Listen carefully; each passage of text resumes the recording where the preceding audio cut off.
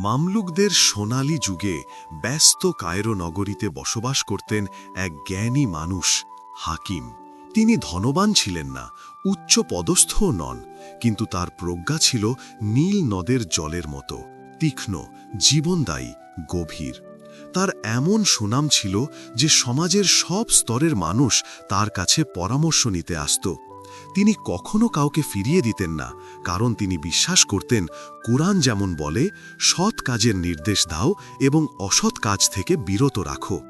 এক বিকেলে এক ধনী বণিক তারিক বাজারে প্রবেশ করল প্রচণ্ড রাগ নিয়ে।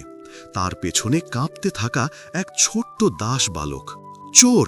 তারিক চিৎকার করে উঠল।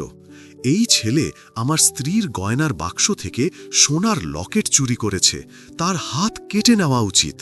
বালকটির নাম সামির।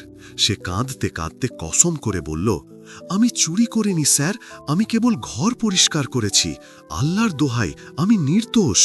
ভিড়ের কেউ কেউ ছেলেটিকে শাস্তি দিতে বলল, কেউ আবার তার প্রতি দয়া দেখালো।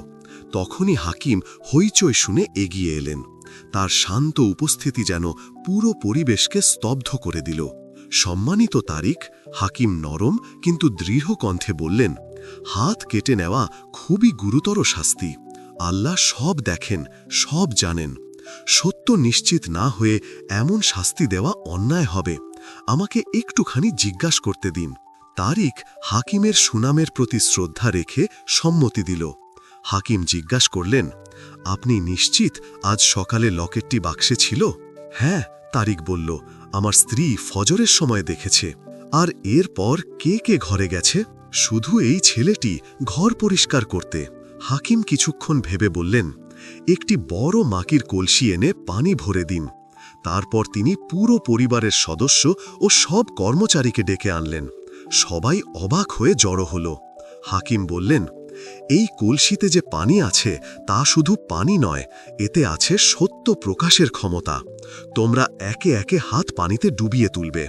যে নির্দোষ তার হাত স্বাভাবিকভাবে ভিজবে, কিন্তু যে অপরাধী, পানি তার হাতে অস্বাভাবিকভাবে লেগে থাকবে।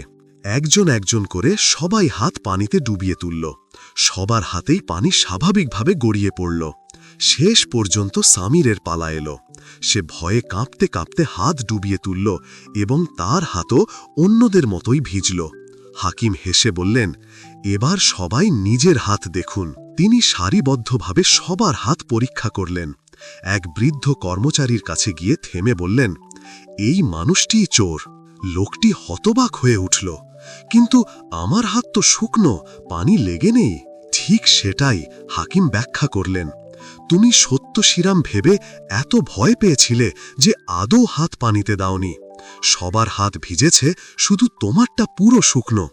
ভয়ের কারণেই তোমার অপরাধ ধরা পড়েছে। বৃদ্ধ কর্মচারী কান্নায় ভেঙে পড়ল এবং অপরাধ স্বীকার করল। সে হিংসা থেকে লকেটটি নিয়েছিল, কারণ সামির বাড়ির মালিকের বেশি স্নেহ পেত। তারিক লজ্জিত হয়ে সামিরকে বুকে টেনে নিল এবং ক্ষমা চাইল। তারপর হাকিমের দিকে তাকিয়ে বলল, তুমি আমাকে এক বড় অন্যায় থেকে রক্ষা করলে। তোমার জ্ঞান সত্যি আল্লাহর দান। হাকিম শান্ত কণ্ঠে বললেন, আল্লাহই সর্বোত্তম পরিকল্পনাকারী।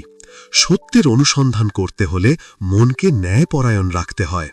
তাড়াহুড়ো করে শাস্তি দিলে সারা জীবনের অনুতাপ হতে পারে। বুদ্ধিমত্তা মানে চাতুর্য নয়, ন্যায় ও করুণা রক্ষা করা। এভাবেই কায়রোর মানুষ বুঝল, এক ধার্মিক মানুষের প্রজ্ঞা যে কোনো রাগের আগুনের চেয়ে অনেক বেশি আলো ছড়াতে পারে।